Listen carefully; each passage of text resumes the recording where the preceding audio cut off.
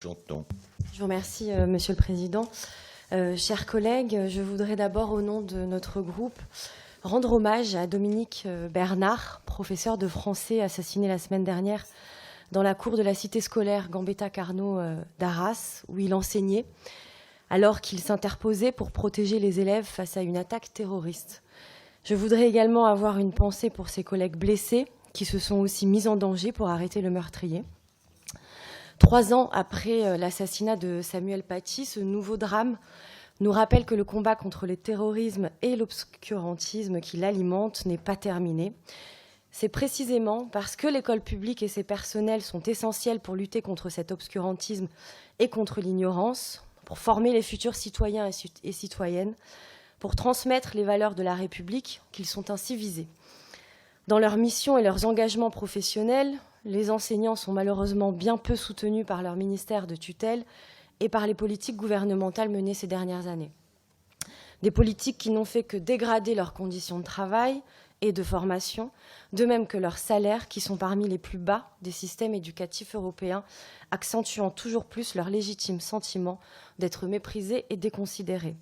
Cette dégradation du métier d'enseignant entraîne aussi logiquement une dégradation des conditions d'apprentissage de nos jeunes et un renforcement des inégalités sociales dans l'éducation.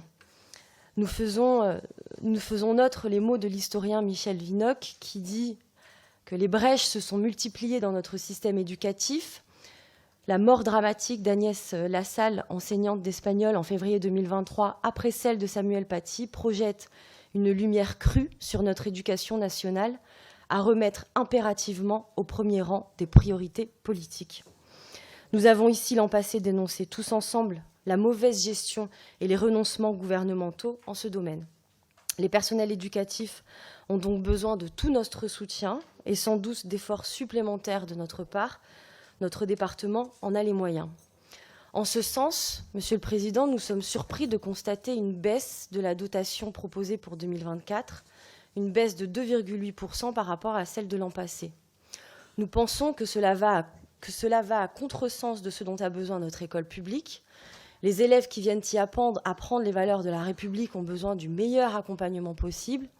Les hommes et les femmes qui y travaillent, qui y enseignent, parfois au péril de leur vie, ont besoin de notre soutien renforcé. Les représentants des personnels au dernier CDEN l'ont souligné.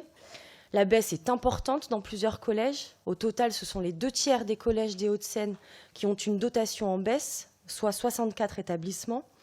De plus, les forfaits pour les classes relais, Ulysse et UPE2A n'augmentent pas. Et pour la 12e année consécutive, les forfaits alloués par élève stagnent. J'entends le fait que les ajustements sont liés à la reprise en gestion directe de certains contrats d'entretien, de même qu'à une baisse des effectifs des élèves dans les établissements.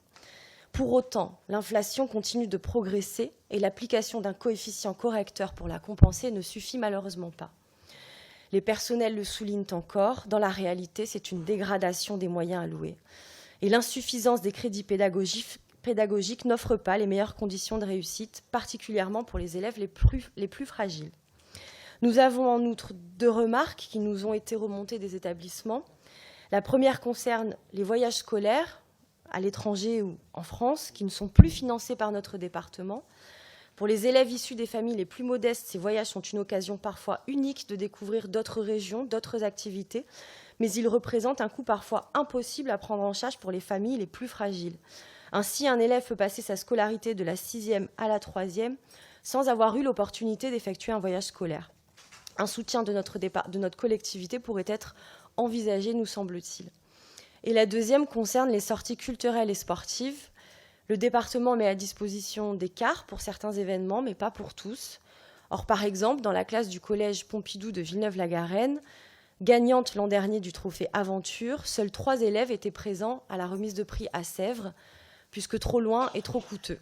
Cette occasion manquée de célébrer une réussite est pour ces jeunes regrettable et contre-productive sur le plan pédagogique. Enfin, ces enjeux concernent particulièrement les élèves des quartiers populaires et les établissements au sein desquels l'indice de position sociale est bas. Alors continuerons-nous de creuser ces inégalités ou au contraire, décidons-nous de les combattre en mettant les moyens nécessaires à la hauteur de ces enjeux? À l'évidence, il nous semble possible de faire plus et mieux pour corriger ces inégalités sociales et culturelles. nous voterons contre cette dotation prévisionnelle des collèges 2024. Je vous remercie.